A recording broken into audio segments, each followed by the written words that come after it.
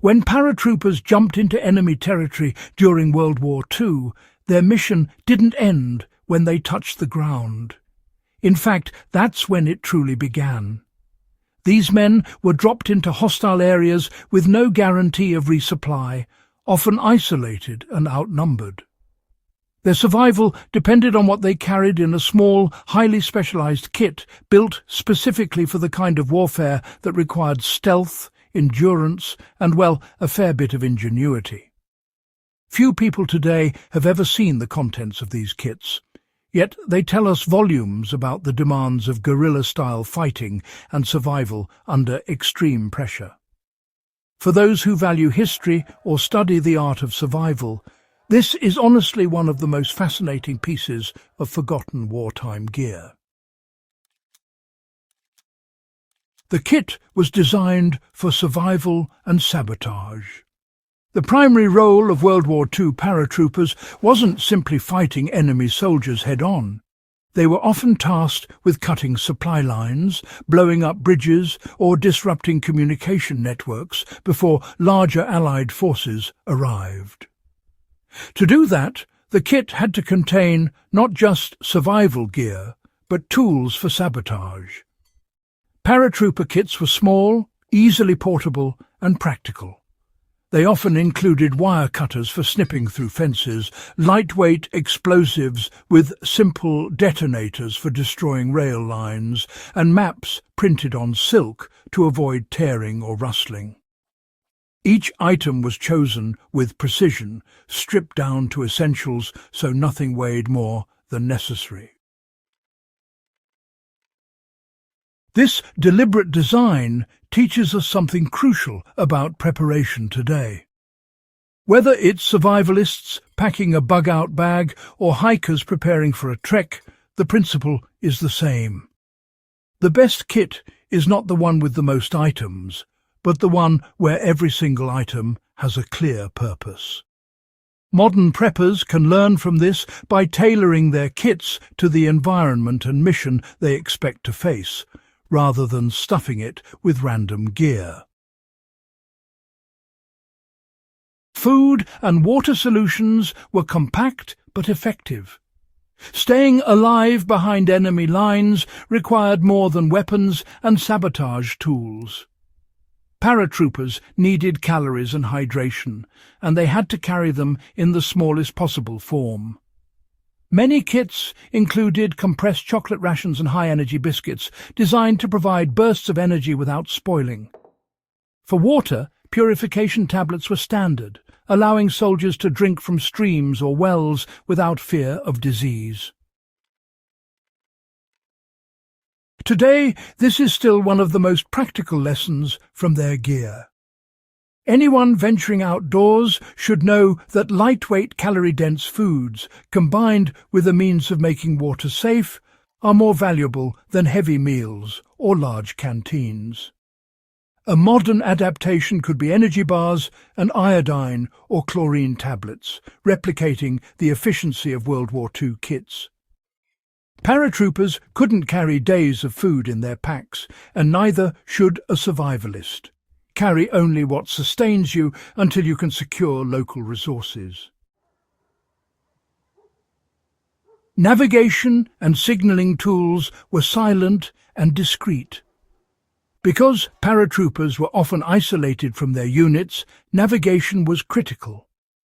Compasses were standard, but more unique was the use of maps printed on silk or waterproof paper.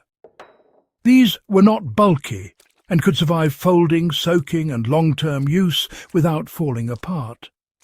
For signalling, small mirrors or flares were included, though they had to be used carefully to avoid detection by enemy forces.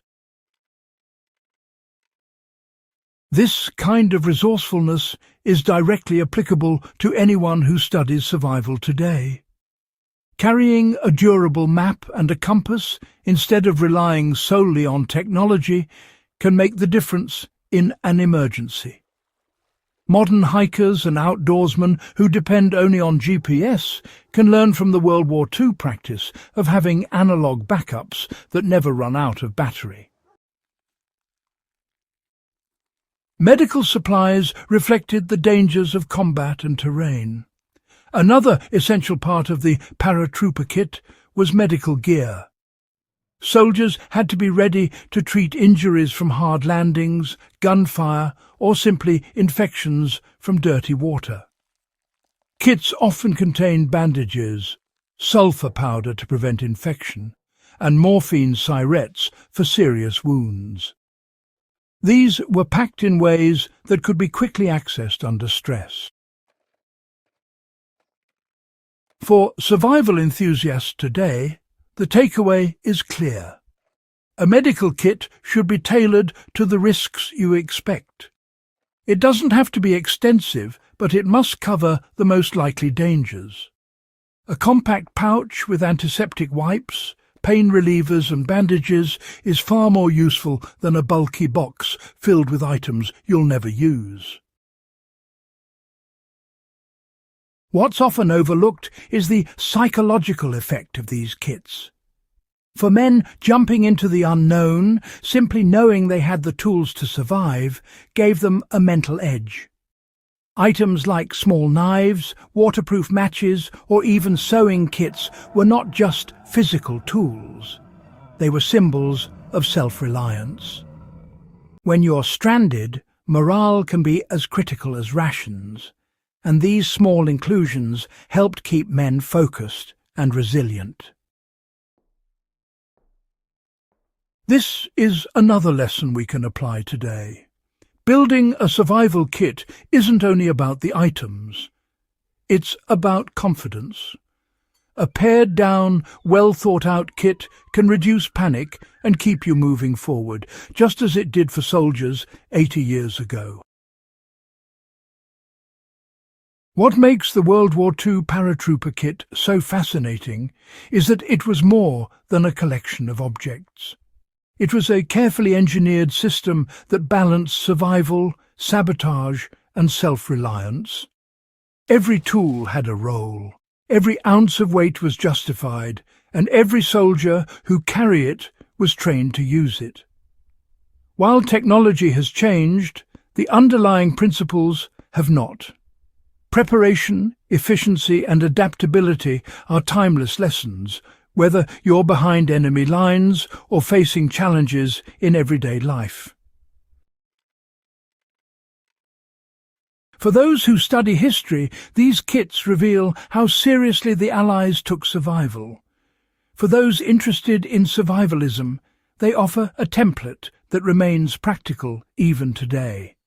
And for anyone simply fascinated by the hidden stories of World War II, they open a window into the daily realities of soldiers whose missions depended on the contents of a small pouch strapped to their gear. So, the next time you hear about World War II paratroopers, remember that their greatest weapon wasn't just the parachute or the rifle. It was the secret kit they carried into the dark, designed for survival, sabotage, and resilience against impossible odds. If you enjoyed diving into this hidden side of World War II history, don't forget to subscribe to Backyard Wisdom and share this video with fellow history buffs. There are countless more stories buried in the details of the past, and together we'll keep uncovering them.